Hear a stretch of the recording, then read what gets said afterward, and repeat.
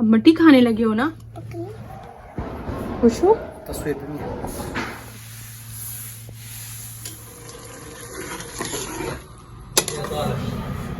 चलो एक वाला चेक भी करो इधर ही। वाओ वाह वाह नहीं करना, बस इसको बंद करें। बिस्मिल्लाहिर्रहमानिर्रहीम। अस्सलाम वालेकुम। कैसे हैं आप सब? मैं उम्मीद करती हूँ आप सब बिल्कुल ठीक होंगे। अल्लाह ताला हम सबको बहुत खुश रखे, हर तरह की बीमारियों से, परेशानियों से बचाए। आमीन आमीन सुम्मा आमीन। और हम सबका ईमान सलामत रखे। आज मेरे साथ टूर भी बैठा हुआ है और साथ साथ वो भी वॉइस ओवर कर रहा है। अब सही हो ऐसे? नहाना चाहिए उसको। मैं इससे छुपा छुपा के चीज़ें ऊपर ऊपर रखती हूँ, डिब्बों में रखती हूँ, लेकिन अब ये बड़ा हो रहा है तो अब इसने ऊपर चढ़ना भी शुरू कर दिया। पता नहीं कैसे ऊपर ये चढ़ गया है। पानी से नहला दिया। इधर देखे ना, शू शू। इसकी पसंद की चीज़ें हैं पाउडर खाना और मट्टी खाना। ढूंढ ढूंढ के कहीं थोड़ा सा ज़रा भी इसको नज़र आ जाए ना तो बस उसकी तरफ अट्रैक्ट हो जाता है। और नहाने से इतना डरता है, पानी का एक कतरा भी इसके हाथ पे लग जाए तो वो कहते हैं आप इसको फ़ौरन साफ़ करें। रोने भी लग जाता है कि मैं गीला हो गया हूँ। अब मट्टी खाने लगे हो ना?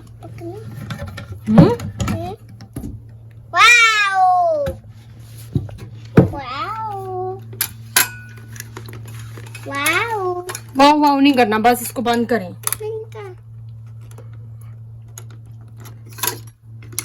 लास्ट ईयर मैं इसे डॉक्टर के पास लेके गई थी इसी वजह से कि ये मिट्टी खाता है और दीवारों से सीमेंट उतार के खाता है और खाना बहुत कम खाता है। खुश होकर अपनी मर्ज़ी से नहीं खाता, ज़बरदस्ती इसे खिलाना पड़ता है। तो डॉक्टर ने यही कहा था, टेस्ट वगैरह किए थे और उन्होंने कहा था कि इसको आयरन की कमी है, खून की कमी है और पता नहीं उन्होंने कहा था पेट में कीड़े भी हैं। तो खैर हमने मेडिसिन ली थी और इसे खिलाई भी, लेकिन कोई ख़ास फ़र्क नहीं पड़ा। तो अब देखें ये ना इतनी शरारतें करने के बावजूद फिर से इसकी यही कोशिश होती है चीज़ें समेटो ना, तो दोबारा से जहाँ समेट के रखी जाती हैं ना उधर से पता नहीं क्या ढूंढता रहता है, पूरे घर में से कोनों में से चीज़ें निकाल के बाहर रखता है। तो फिर अब सारा पाउडर वगैरह तो इसने सारे घर में फैला दिया था ऐसे ही। तो मैंने कहा अब अच्छी तरह डस्टिंग कर लेती हूँ। पहले सूखे कपड़े से किया, तो अब मैंने थोड़ा सा सरफ पानी में डाला है। तो साथ ही मेरे जहन में आया कि चलें डोर भी साफ़ कर लेती हूँ, हाथ से गंदे हुए हैं। वैसे भी 2 दिन पहले तो हल्की सी हवा चली थी। इधर हवा ना भी चले, सऊदी अरेबिया में वैसे ही डेजर्ट होता है, इतना ज़्यादा मिट्टी उड़ती है ना, हवा के बगैर ही पता नहीं इतनी मिट्टी कहाँ से आ जाती है। और मैं घर की विंडोज़ भी ओपन रखती हूँ क्योंकि रूम में एसी नहीं है। तो मैं कहती हूँ चलो थोड़ी सी बाहर से कुछ फ्रेश हवा आ जाए, तो इस वजह से ना मिट्टी बहुत ज़्यादा होती है। तो ये ले डोर की एक साइड तो साफ़ हो गई है। साथ ही मैंने कहा ये इसका मिरर भी गंदा हो गया, सारा पाउडर भी लगा हुआ है। और इधर मैं खड़े होकर कपड़े भी प्रेस करती हूँ तो वो जो आयरन करते हुए जो स्प्रे करती हूँ ना मैं शमा के ऊपर, तो वो भी इसके ऊपर जाता है। तो इस वजह से भी ना वो थोड़ा डिम हुआ था। तो चले वो भी सारा साफ़ हो गया। और अभी डस्टिंग करते हुए सोच रही हूँ, वैसे पहले भी मैंने ये डिसाइड खुद भी किया हुआ है कि फ़र्नीचर जब भी इंसान ने लेना, ब्लैक कलर नहीं होना चाहिए, डार्क शेड नहीं, लाइट शेड होना चाहिए और इतने ज़्यादा उसमें डिज़ाइनिंग नहीं होनी चाहिए, प्लेन होना चाहिए। ये देखें अब मैं उस तरफ से कर रही हूँ सही, और ये दूसरी तरफ आ गया, उस तरफ के उसने दराज खोले हुए और चीज़ें निकाल रहा था। फिर इधर से डांट खा के अब गया है, अब दूसरी तरफ जाके शुरू कर देगा। मतलब काम ख़त्म नहीं हो सकते कभी भी। मैं अभी इधर से ख़त्म करके किचन में जाऊँगी ना, जब मैं किचन का काम समेट के वापस इस रूम में आऊँगी तो इधर इससे ज़्यादा बुरा हाल दोबारा से हुआ होगा। तो ये सफाई भी जो आपको नज़र आनी है ना, ये आपको ये 1-2 मिनट के लिए ही नज़र आनी है। इसके बाद फिर घर की वही हालत हो जाती है जैसे चूहे नाच के गए हुए हैं घर में। तो खैर ये देखें, ये जो कपड़ा मैंने इधर डोर को लगाया हुआ है वो मैंने इसलिए लगाया हुआ है, जब सबको गुस्सा आता है ना तो फिर सब अपना गुस्सा डोर पे निकालते हैं। इवन कि मैं भी जब गुस्सा आता है ना तो बस डोर को ही ज़ोर से मारो। तो बस उससे बचने के लिए ना ये कपड़ा बीच में रखा हुआ है कि जब हम ज़ोर से डोर को मारें भी ना तो उसकी आवाज़ ना आए और हमें किसी को इतना फील भी ना हो। और वैसे भी तूर आते जाते ना डोर को ठक ठक करता है, बंद करता है जब उसको, तो वो भी आवाज़ जो है डिस्टर्ब होते हैं हम भी और जो नीचे रहते हैं वो भी। तो बस इस वजह से ये ऐसे रखा हुआ है। वैसे लुक तो उसकी गंदी लगती है लेकिन कंफर्ट तो है ना उसका थोड़ा सा। तो ये जो मैं कह रही थी ना कि फ़र्नीचर प्लेन होना चाहिए और सिंपल लाइट कलर का होना चाहिए, वो इसी वजह से कह रही थी। ये देखें, ये जो छोटे छोटे इसके बीच ब्रिक डिज़ाइनिंग होती है ना, उधर से डस्टिंग करना बड़ा टफ़ हो जाता है, टाइम ज़्यादा लगता है। जो हाउसवाइफ होती हैं जिन्होंने पूरा घर संभालना होता है, बच्चों को देखना, साथ में हर चीज़ को उन्होंने मैनेज करना होता है, तो ये बड़ा मुश्किल हो जाता है। ऐसे तो फिर सारा दिन ही डस्टिंग में लग जाए तो बाकी काम फिर कब करने होते हैं। तो ये अपनी तरफ से मैं सफाई करके निकलने लगी थी, फिर मैंने एक दफ़ा पीछे देखा तो तूर साहिब इधर खड़े थे और वो फिर से पता नहीं ढूंढता क्या, मुझे ये नहीं समझ आती। एक दफ़ा दुरूद पाक पढ़ लेते हैं। अल्लाहुम्मा सल्ली अला मुहम्मद व अला आलि मुहम्मद कमा सल्लैता अला इब्राहीम व अला आलि इब्राहीम इन्नका हमीदुम मजीद। अल्लाहुम्मा बारिक अला मुहम्मद व अला आलि मुहम्मद कमा बारिकता अला इब्राहीम व अला आलि इब्राहीम इन्नका हमीदुम मजीद। आप सब जो मेरी वीडियो को देख रहे हैं, इतना प्यार दे रहे हैं, मेरे चैनल को सब्सक्राइब कर रहे हैं, उसके लिए बहुत बहुत शुक्रिया। लास्ट व्लॉग में मैंने आपके साथ गोल्ड का शेयर किया था, तो लेकिन मैंने उसकी प्राइसेस नहीं शेयर की थी, तो वो मुझे एक मैसेज भी आया था कि अगर इसकी प्राइसेस शेयर कर देती तो ज़्यादा बेहतर था। तो इसलिए मैंने सोचा कि आज मैं ना थोड़ा सा शॉर्टकट में मैं इसकी कीमतें आपको बता देती हूँ। ये जो कंगन है ये 21 कैरेट का गोल्ड है, इसके साथ की सेम डिज़ाइन की इसके साथ रिंग है। अपनी मर्ज़ी है रिंग आप लें या ना लें, लेकिन अगर लेनी है तो रिंग के साथ ही इसकी कीमत थी 6000 रियाल। अब रियाल को आप कन्वर्ट कर लें, आपने कैसे करना है, लेकिन मैं तो रियाल के हिसाब से ही बताऊंगी। और इसका लॉक नहीं है, इसका ये सेंटर से ओपन होता है फिर पहना जाता है। ये जहाँ इसके डायमंड लगे हुए हैं ना, इधर से ये ऐसे ओपन होता है लास्टिक की तरह, और इधर से ही पहना जाता है। डिज़ाइन बहुत प्यारे होते हैं, जब मार्केट में जाते हैं तो दिल खुश हो जाता है। मैं तो इस तरह कभी कभी कर लेती हूँ। सारी शॉपिंग कोई भी चीज़ ना भी लेनी हो तो बंदा देख के खुश हो जाता है। फ्री में थोड़ी सी हमें खुशी मिल जाती है, हमारी हसरत भी पूरी हो जाती है गोल्ड पहनने की। तो बस ऐसे मैं कभी कभी कर लेती हूँ। अच्छा, दूसरी ये वाली चूड़ियाँ हैं, मुझे अच्छी लगी थी तो मैंने यही निकलवा के देखी। बड़ी मज़बूत हैं ये। वैसे ये जो बाकी नज़र आ रही है ना, लो वेट के हिसाब से होता है। अब ये खासी हैवी थी, लेकिन रूटीन में अगर पहननी हो ना तो इस तरह की ही लेनी चाहिए, नगों वाली नहीं लेनी चाहिए, और सुराख जिसमें होते हैं वो भी, क्योंकि उससे ना फिर आटा वगैरह डस्ट अंदर जाती है और वो गंदी हो जाती हैं। अब ये मुझे इस वजह से अच्छी लगी थी, या हम रूटीन में भी इनको पहन सकते हैं और काम भी कर सकते हैं, कोई मसला नहीं है, और टेढ़ी भी नहीं होने वाली। ये हैवी थी और इनकी प्राइस उसने 10,000 बताई थी। हम छोड़ के आने लगे लेने, तो हमने है नहीं थी, लेकिन फिर उसने हमें पीछे से आवाज़ दे के कहा कि मैं 9,000 तक दे दूँगा। तो लेकिन मैं फिर उसकी दुकान का कार्ड ले आई थी और मैं वैसे ही आ गई थी। मैं तो वैसे ही चेक कर रही थी ना, तो खैर फिर ये थोड़ा और आगे आई, ये कोई और दूसरी दुकान थी, तो इधर से मैंने देखा, मैंने अंदाज़ा ही करना था कि कीमत का क्या हिसाब है, वेट कितना वेट। ये सारा 21 कैरेट का ही गोल्ड है। 22 का जो होता है ना वो बहुत ज़्यादा फिर नरम हो जाता है, तो 21 वाला ही चलता है इधर सऊदी अरेबिया में।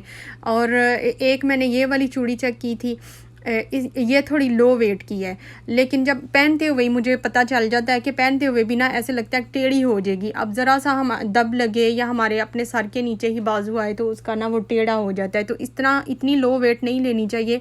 वैसे ये 3000 की एक चूड़ी थी। तो मुझे सबसे अच्छा जो है ना, वो जो 2 चूड़ियाँ थी 10,000 वाली, मुझे वो अच्छी लगी थी। ये ब्रेसलेट हैं सारे। अब इधर लाइट का मसला है, इस वजह से पता नहीं ये ब्लैक शेड लग रहे हैं।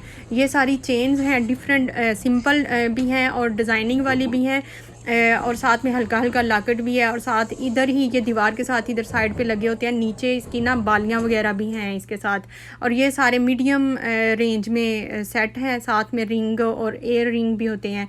ये थोड़े हैवी वाले हैं, इनकी मैंने कीमत वगैरह नहीं पूछी थी। इवन के इधर से उस तरह की भी एक वो चेन भी मिलती है, हम अपनी मर्ज़ी से जितनी भी लेंथ लेनी हो ले के कटवा सकते हैं। तो सऊदी अरेबिया में गोल्ड देखने का भी बड़ा मज़ा आता है और डिज़ाइनिंग भी बेइंतहा होती है। तो बस इधर मैं आलू बैंगन पकाने की तैयारी कर रही हूँ। उसके लिए मैंने प्याज काटा है और साथ में मैंने लहसुन को काट लिया है। मुझे ना इधर सऊदी अरेबिया में लहसुन को थोम बोलते हैं, तो मुझे थोम बोलने की आदत हो गई हुई है। कुछ मेरी अम्मी ने मुझे कहा, मेरी 1-2 कज़न ने मुझे कहा कि आप थोम ना बोला करें, तो अब मैं कोशिश कर रही हूँ कि मैं अपनी उस आदत को ना थोड़ा कम करूँ। तो खैर ये मैंने थोड़ा सा तेल लिया है। तेल नहीं मैं यूज़ करती, मैं डालडा घी यूज़ करती हूँ, और डालडा घी में मैंने ये डाला है प्याज, और जब वो हल्का सा ब्राउन हो गया था तो मैंने इसमें लहसुन ऐड किया है।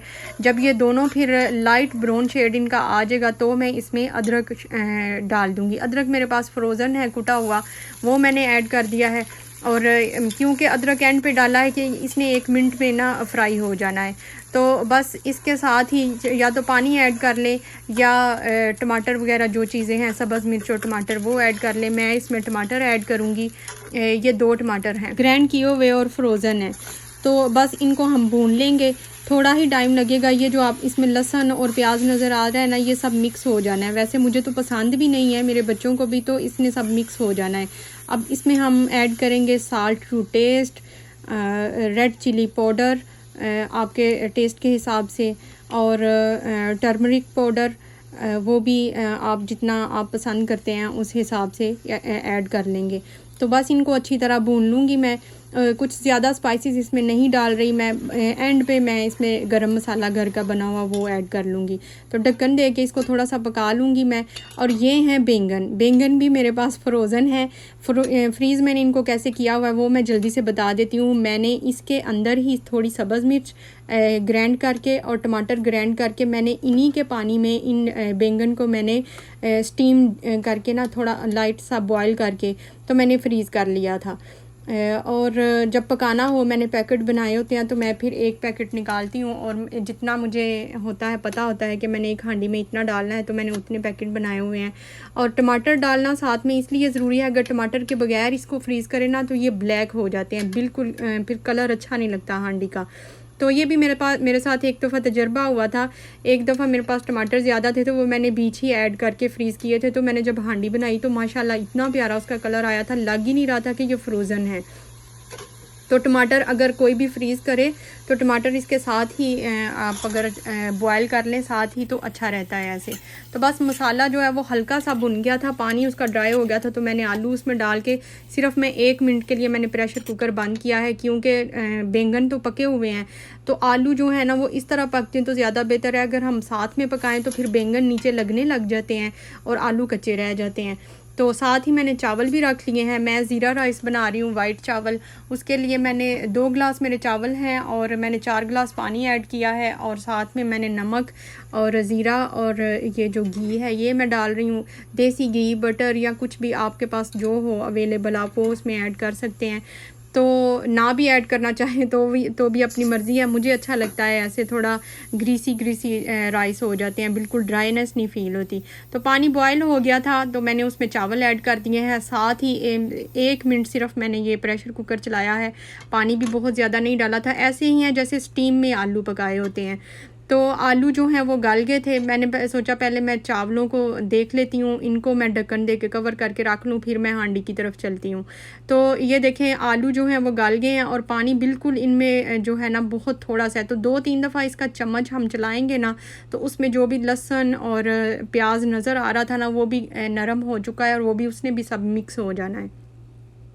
तो अब मैं इस स्टेज पे आके इसमें वो जो बैंगन है वो ऐड कर दूंगी। 2-3 दफ़ा मैंने चम्मच चलाया है, आग मैंने चलाई हुई है जैसे इसको भून रहे होते हैं ना वैसे। और आलू इस तरह के थे जैसे चावल हम एक कनी पे रखते हैं ना, इतने चावल हैं। क्योंकि अभी मैंने बैंगन डाले हैं तो अब इनको भी मैं दम पे रखूँगी 5-10 मिनट के लिए, क्योंकि सब कुछ मिक्स हो जाए, फ्लेवर जो है एक दूसरे में मिक्स हो जाए। तो इसलिए मैंने जैसे कनी पे चावल होते हैं ना वैसे आलू को रखा है। तो अब मैं इनको इसमें थोड़ा सा पानी ऐड करूँगी। 1 मिनट 2 मिनट इस तरह भून के मैंने इसमें पानी ऐड किया है, बर्तन भी साफ़ हो गया। तो अब मैं इनको ना दम पे रख दूँगी। वैसे तो हम अगर फ्रेश जब बैंगन लेके आते हैं तो उसका तरीका थोड़ा डिफरेंट होता है। वो उसमें हम कच्ची चीज़ें मसाला भून के तो सब कुछ ऐड कर लेते हैं। तो बस ये फ्रोज़न है तो इसलिए इसको ना थोड़ा सा ऐसे थोड़ा सेपरेट करके बनाया है। टाइम ज़्यादा नहीं लगता, बल्कि मुझे लगता है कि फ़्रेश जब लेके आते हैं उस टाइम ज़्यादा लगता है। ऐसे तो ये 5 मिनट में खाना बन जाता है। बस जब फ्रीज़ करना होता है ना उस टाइम हमारी अच्छी खासी मेहनत लगती है। तो चावल जो हैं उनको मैंने चेक किया है, उनमें अभी टाइम है। और साथ ही 5 मिनट इसको हो गया आलू बैंगन को दम पे रखे हुए। तो ये भी बस रेडी होने ही वाले हैं। आप सबसे रिक्वेस्ट है, मैं अल्लाह से दुआ भी करती हूँ कि अल्लाह ताला आप सबके दिलों में ये बात डालें। मेरे चैनल को सब्सक्राइब करें, मेरी वीडियो को लाइक किया करें और मुझे कमेंट करके ज़रूर बताया करें मेरी वीडियो आपको कैसी लग रही है। वैसे आप सबका बहुत शुक्रिया, आप जब मुझे मैसेज कमेंट करते हैं तो मुझे खुशी होती है। तो एक मेरी सिस्टर हैं, मेरी वीडियो देखती हैं और मुझे कमेंट भी करती हैं, लेकिन पता नहीं कैसे उनका कमेंट डिलीट हो जाता है। तो उसके लिए मैं माजरत चाहती हूँ। मैं डिलीट नहीं करती, लेकिन उनको ऐसा लगता है कि मैं डिलीट कर देती हूँ। बहुत से क्वेश्चन मुझे इस बात के भी आए हैं कि मैं किस जगह पे रहती हूँ, तो वो भी मैंने सोचा मैं वीडियो में ही बता दूँगी। मैं सऊदी अरेबिया में अल रियाज में रहती हूँ। तो ये देखें, बातों बातों में आलू बैंगन जो है वो पक के तैयार हो गए हैं, और एंड पे मैंने इसमें गरम मसाला ऐड कर दिया है। और माज़ को मैंने बोला कि माज़ आज आप आके अपनी प्लेट खुद बनाओ।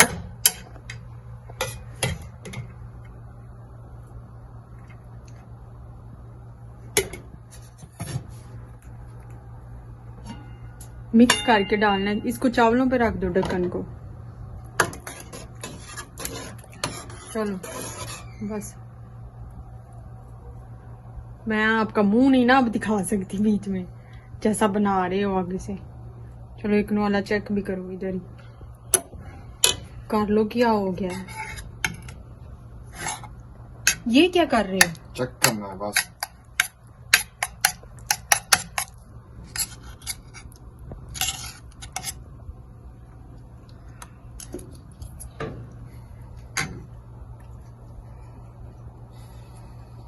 पता है आपको गाना है यार।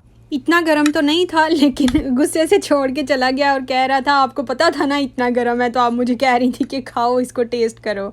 तो बस ये था मेरा छोटा सा व्लॉग। अच्छा लगे तो लाइक करें, कमेंट करके मुझे ज़रूर बताएं मेरा व्लॉग आपको कैसा लगता है। मिलते हैं फिर नेक्स्ट व्लॉग में, तब तक के लिए टेक केयर एंड अल्लाह हाफिज़। अल्लाह ताला सबको पेट भर के खाना नसीब करे।